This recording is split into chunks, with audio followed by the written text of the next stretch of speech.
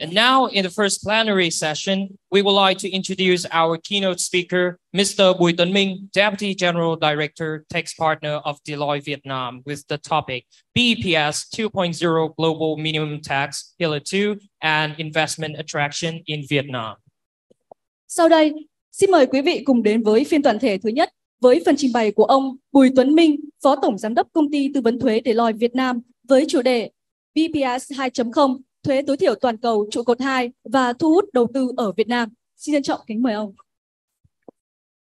Good morning, all the professors, scientists, and students from all 10 universities in Vietnam. As the MC already introduced myself, I'm Bùi Tuấn Minh. I'm a tax partner of Deloitte Vietnam. It is my great honors to be here to give a very first keynote speaker in today's conference. Just to give you a little bit about myself, I'm actually the alumni of Academy of Finance. So 23 years ago, when I graduated from Academy of Finance, I never expect to have this kind of opportunities to stand on the stage like this, to do the presentation to all of you and to give more insights about whatever finance tax system in Vietnam. As a young student, when I graduated, I never expect this kind of atmosphere. So please, I would like to give my really great honors and appreciation to all the invitation from you for me to be here to present to you one of my very interesting and very favorite topic, global minimum tax in Vietnam. I would like to introduce to all of you our my co-authors of the topic, Miss Dương Hồng Ngọc. She's tax manager from Deloitte Vietnam, and she also the co-presenter to you today.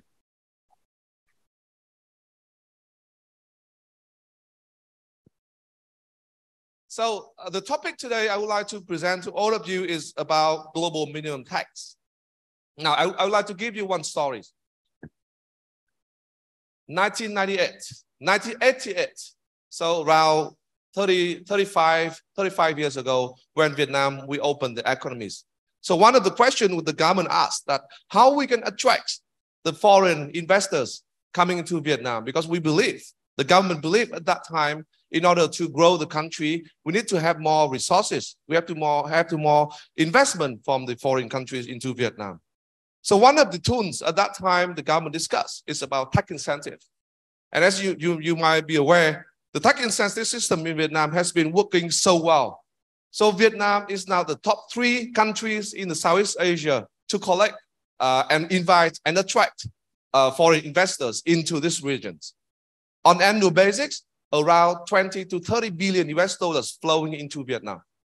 Now, the tax incentives has been the very, very key tools, not only for Vietnam, but for a lot of developing countries to attract the foreign investor coming to into the country.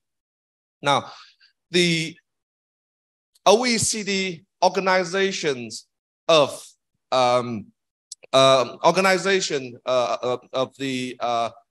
OECD economics, collaborations, and development did not agree with that. Okay, so they say that because of the developing countries has a lot of tax incentive tools, so that they are losing the opportunities to collect more tax. At the same time, the developed countries, they are losing their advantage because the big corporation, they try to shift their investment from rich country to developed countries to minimize their tax exposure, to minimize their tax costs. So OECD already initiated an initiative to say that, hey, we need to stop that we call it race to the bottom of tax incentive. So we want to make sure that the big corporation have to pay the fair share of their tax cost globally. So that's the reason why BEPS 2 already introduced 6 years ago. And then it has been an agreement for 139 countries in that initiative. So BEPS 2 has been introduced. Now, how it works. The general tax rate in the whole global is around 20%. It's about 20%. And then the developed country, when there's a investor invest in other country, they pay much lower tax rate. So in Vietnam, we have 0 tax rate, we have 5% tax rate, we have 9% tax rate, we have 15% tax rate to encourage certain investor coming into Vietnam to invest in certain industries and location.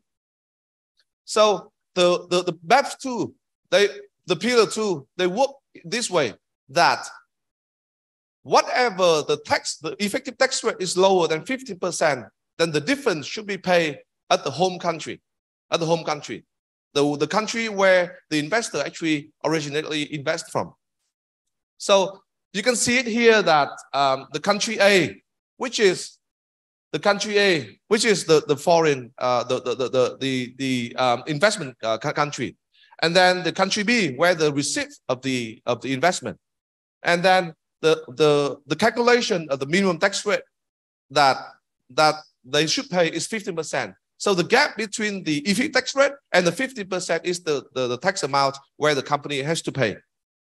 So we say it here at this moment, the first step that the company subject to that scope is a company having the consolidated revenue more than 750 million euro. So that's the company in the scope.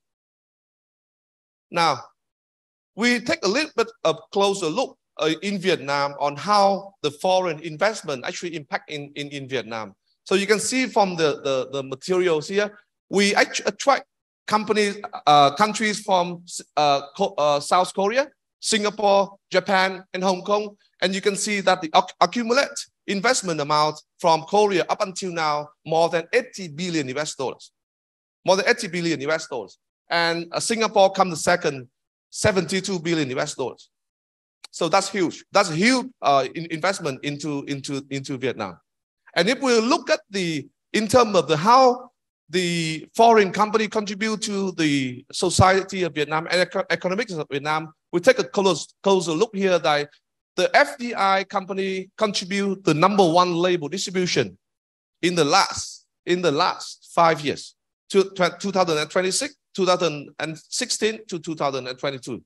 And then come the second is the non-state enterprise, and then the state enterprise in terms of label. So it contributes huge label opportunities to Vietnam.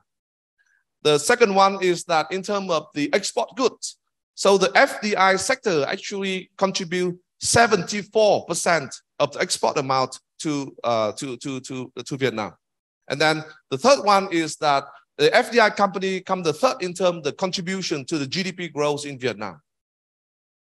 So the question is that now with the minimum tax rate is being introduced, how the FDI company may have the response. First of all, like I said at the beginning, one of the reasons they come to Vietnam because high tax incentive, good tax incentive, so they have more advantage in terms of tax cost, in terms of their products cost, right? Now, if Vietnam say that we have to pay 15% in that, so such incentive or such favorable condition will be removed. So as the foreign investment into Vietnam, they have to think about whether Vietnam is still a good choice for them to expand their investment. And then for the new investor, when they navigate for which country they are going to invest, whether Vietnam still on their #1 list or not. So that comes to the situation where the government of Vietnam will think. So on one hand, they need to comply with the Pillar 2 concept because 139 countries already signed off the agreement, right? So this is unavoidable. But on the other hand, because the tax incentive system in Vietnam may no longer work, so we need to really consider about what are the things we can offer to the foreign investors in Vietnam so that we can really remain our attractiveness, keep them staying, and at the same time, more investors still coming into Vietnam. So that's a big question, and that's the reason why, as an accounting firm globally, we need to work on that question, so that not only to support Deloitte client in terms of how to navigate the next step for their investment, but at the same time, we also participate in a lot of conference, a lot of meetings with the government ministry in Vietnam to really discuss about how the government should respond to this Pillar 2 concept.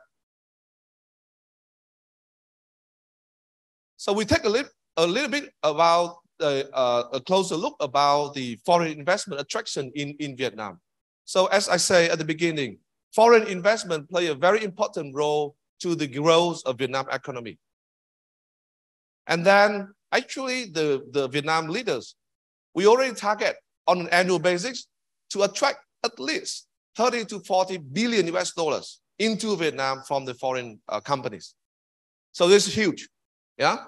And then Vietnam now ranked number 3 in the Southeast Asia, the first to Singapore, the second in Indonesia, and then Vietnam come the third in the foreign attraction in this region. So actually, we cannot deny that the foreign investment plays a very vital role in the growth of economy. So this slide actually want to give you a little bit more insight about the current impact, but also the future impacts as well, because the government actually want to increase more in terms of the foreign investment attraction into Vietnam. So the target in the last 4 years, 2021 to 2025, is 30 billion to 40 billion a year of foreign investment. And in the next, and the actual amount only 20 to 30 billion. One of the key reasons because of the COVID-19 happened. And that's the reason why the investment actually a bit lower down. So that's number one reason that despite of the impact of Pillar 2, the foreign investors already slowing down their investment into Vietnam. So that's a fact. So it means that the government needs to act even quicker, even more faster on how we should really give more attractiveness to the foreign investment in the future, because we already behind the government target in terms of bringing in more foreign investors into Vietnam. Yeah, and you can see that here that Vietnam in the Southeast Asia is actually have to compete. They have to compete not only with our peer like Thailand or Indonesia, but you can see that Singapore, Hong Kong, India now also try their best to give more favorable incentive to attract the foreign investor into their country. Yeah. So this gives you to give you a bit more insight about how the government has been responding to the Pillar 2 impact. So the very first meeting at the Ministry of Finance and General Department of Taxation back to August 2021, which is exactly 2 years from 2 years ago. And then since then, there has been a lot of discussion in the last, I would say, 1 year and a half from August 2021 about, first of all, what is the Pillar 2? And second of all, what are the possible impact to Vietnam? What are the possible impact to the current investor in Vietnam? What are the possible impact to the future investment attractives of Vietnam? So that has been discussion like that. And Deloitte, myself, we also participate in that discussion. We conduct a survey, which later we will present to you from our Deloitte client on how they think about the impact of Pillar 2. What are their expectations about government's response to the Pillar 2? And then in the last 6 months, there has been so much development inside the government and also the ministry. So the key two ministry, the Ministry of Planning and Investment, Ministry of Finance, already actively discuss about the response to that. So the purpose of us today to present to you about why the government should respond quickly to that, and then what should be the right direction for the government to go on that. So when we prepare this material like three months ago, the response was not that aggressive. But in the last 3 months, there has been so much aggressive a movement from the government, and we'll shall give you a bit more insight today as well. So Ngọc will give you a bit more about the concept of the Pillar 2. Ngọc, go ahead. Good morning, everyone. My name is Lương Hồng Ngọc. I'm the tech manager from Deloitte, Vietnam. It is really an honor for me to be here with anh Minh and before all the professor, doctor, lecturer, and also excellent student from, I can say, top profile university in Vietnam. I was also a student from NEU.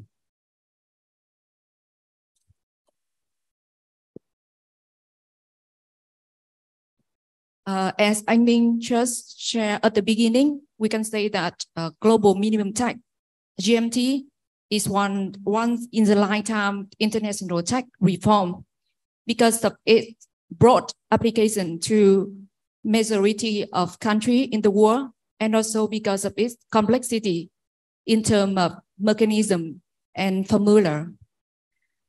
Today, I will discuss with you about how GMT we operate and how it impact to the country in the world, including Vietnam.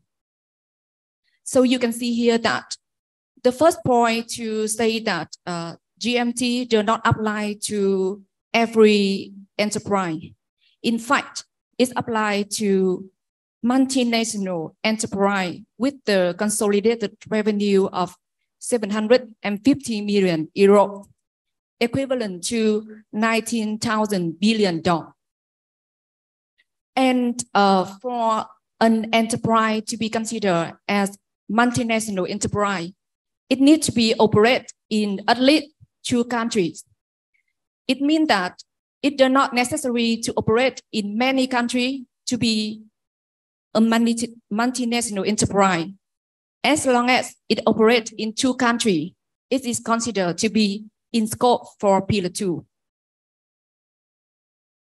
And based on OECD analysis, they say that the M&E with the consolidated revenue of 750 million euro account for 90% of corporate tax revenue in the world. So they are significant enterprise. However, there are some exceptions for Pillar 2 because Pillar 2 does not apply to government organizations or non-profit organizations or some pension funds. And also there is an exclusion, so-called the minimis exclusion. It applies in case that when the enterprise, they operate in one country, but with minor profit and revenue result. So they, in that case, so such jurisdiction is not required to pay the additional tax on Pillar 2. So how the Pillar 2 operate? You can see here that the minimum tax rate proposed by Pillar 2 is 15%. It means that if any difference between the 50% and the effective tax rate would be subject to the top-up tax under Pillar 2. The effective tax rate, maybe some of you here already heard about it. However, the ETR by OECD is a very new formula that have never introduced before by any country. And the important point is that it is the country by country ETR. It means that, for example, like in Vietnam, there is a group, they operate 10 subsidiaries in Vietnam. So the financial data and the tax data of all the 10 subsidiaries are combined together to come with one ETR only for one country. So in case the ETR of Vietnam for a group below 15%, that group will subject to the top of tax under Pillar 2. And in the right of the slide, so here you can see that there are four rules to be interacted with each other and make the Pillar 2 achieve the target. It is FTTR, IIR, UTPR, and QDMTT. And I will explain further about how these rules work with each other in the next slide. About the timeline, we can say that GMT is urgent because all of the country, most of the country, we apply Pillar 2 from 2024. It means that next year. So for the next slide, I will discuss about how this rule, because you can see that it is very complicated and new definition.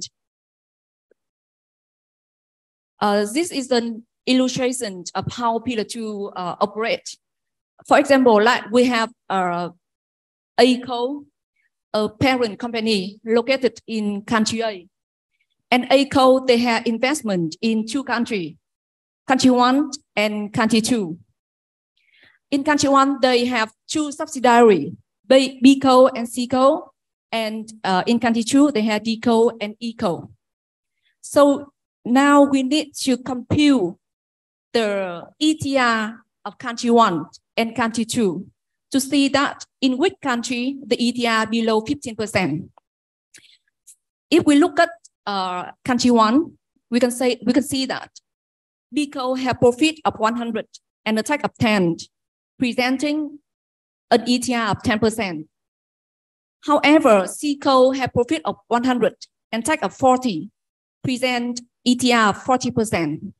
So after we combine, we blending ETR of BCO and CCO, we have an ETR for country 1 is 25%, and it already exceeds 15% of minimum tax. So there is no top-up tax in country 1.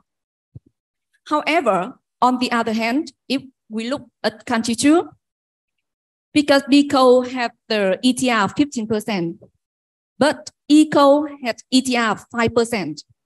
So after the combination, the ETR for country 2 is 10%.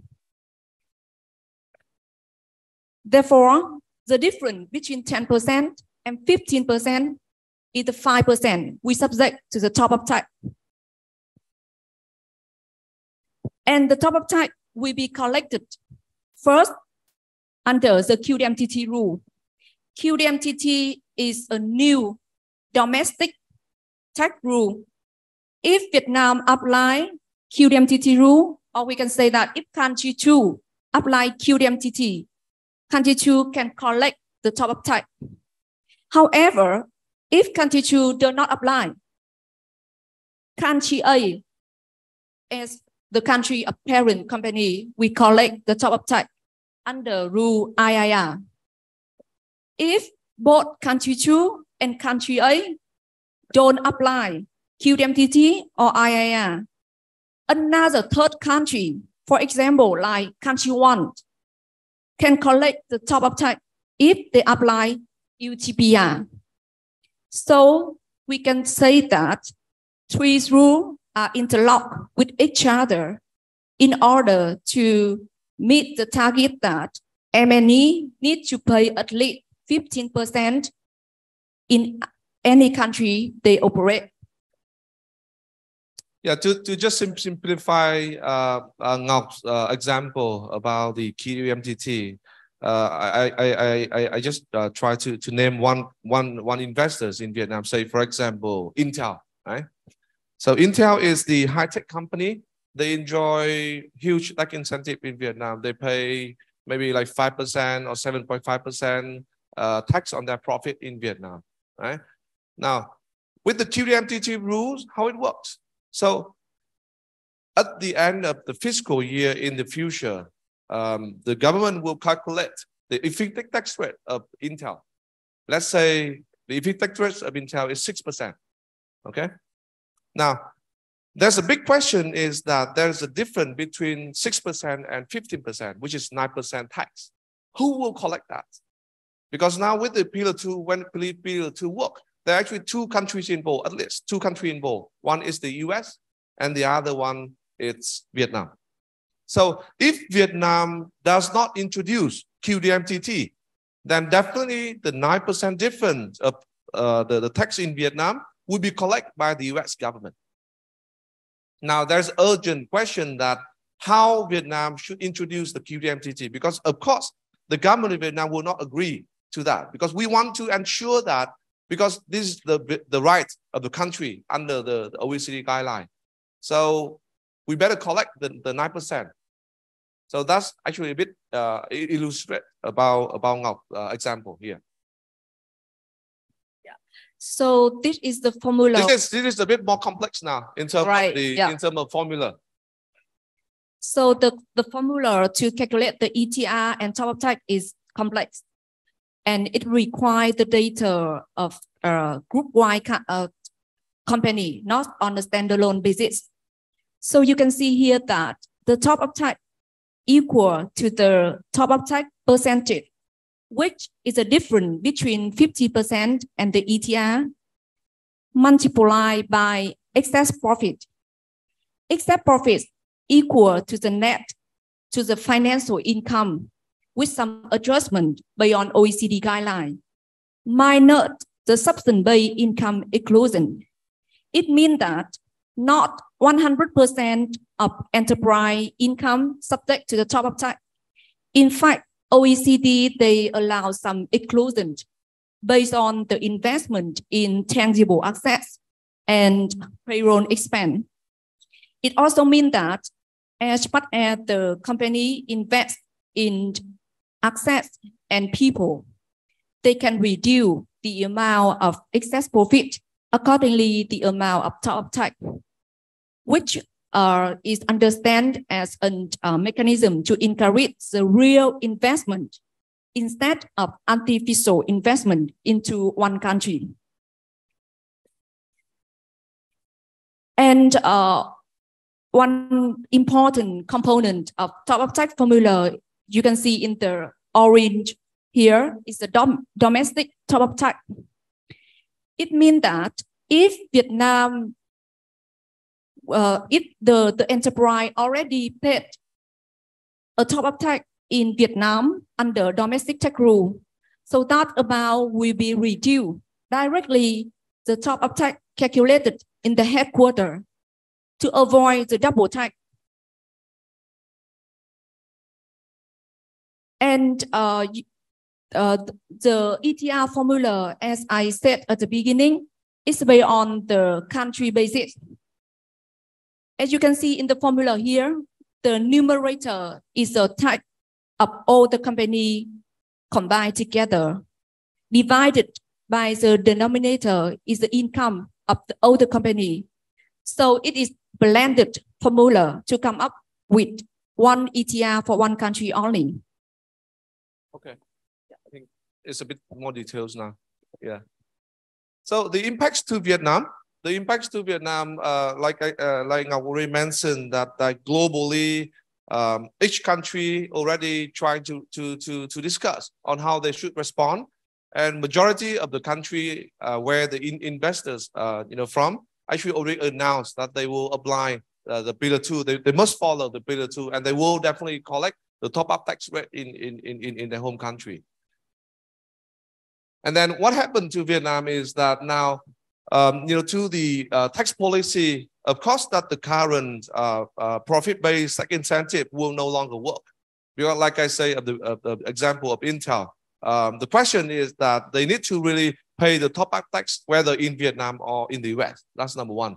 And number two is that if the government, the Vietnam government, they don't apply the QDMTT, then definitely they will lose the tax revenue to the US, yeah, and other country of the foreign investor into Vietnam.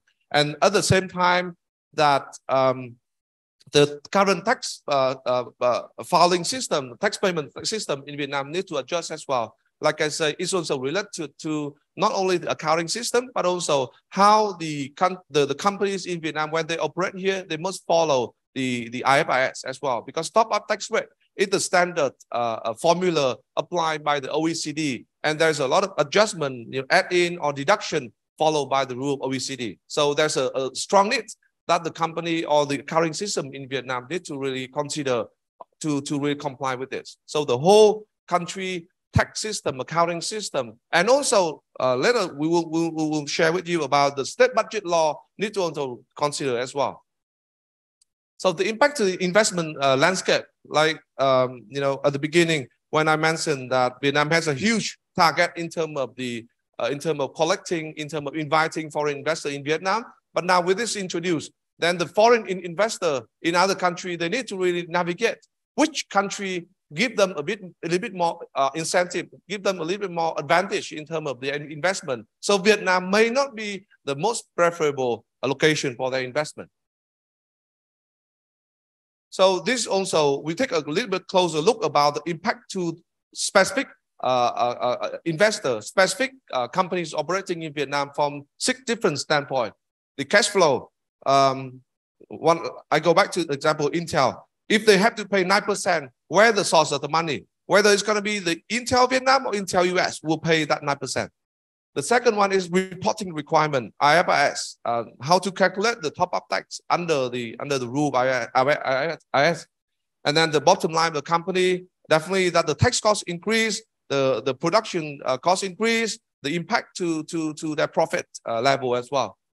Capability of the company, reinvestment, and then incentive. These are all the consideration of the taxpayer of the company specifically impacted by the Pillar 2.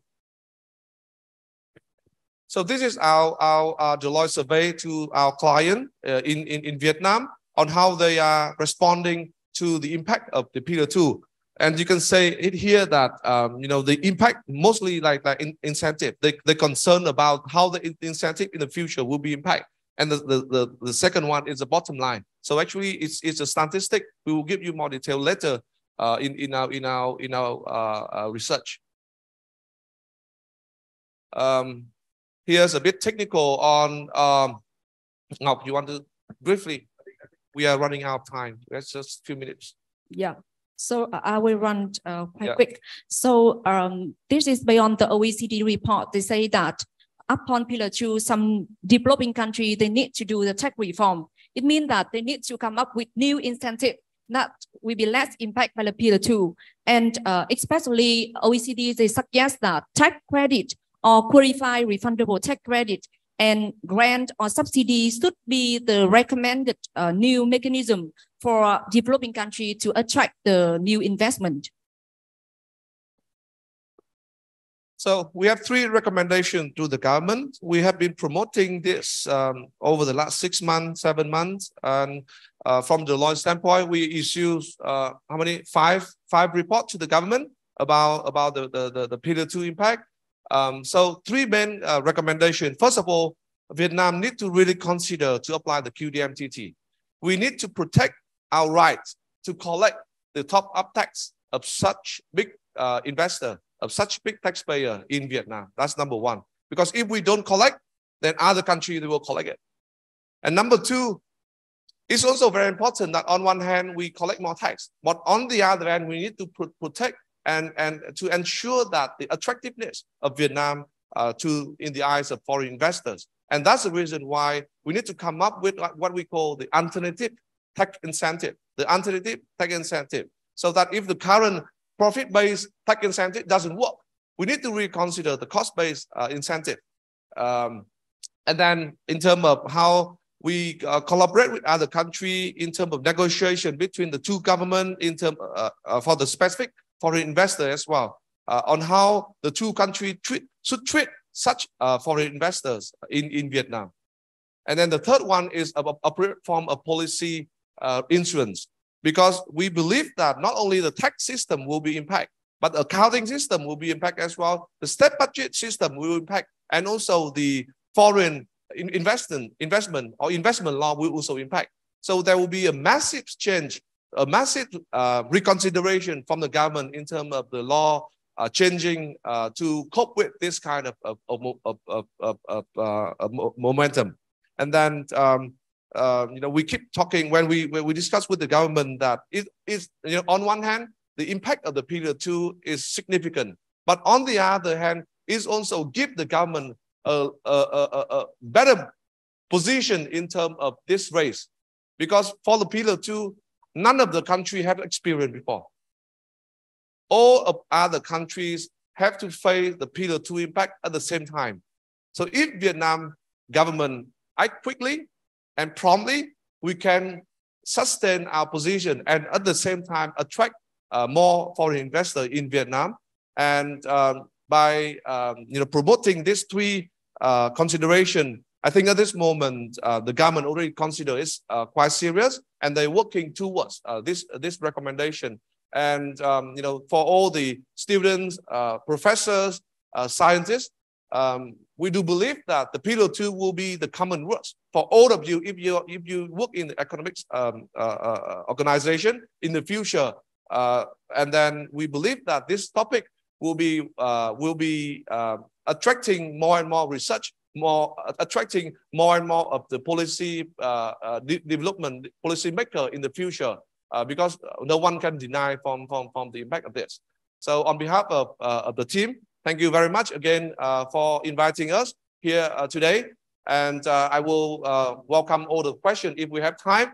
But you have my contact. We can contact and discuss more details about this topic. So once again, on behalf of Ngọc and myself, thank you very much for listening. Thank you very much.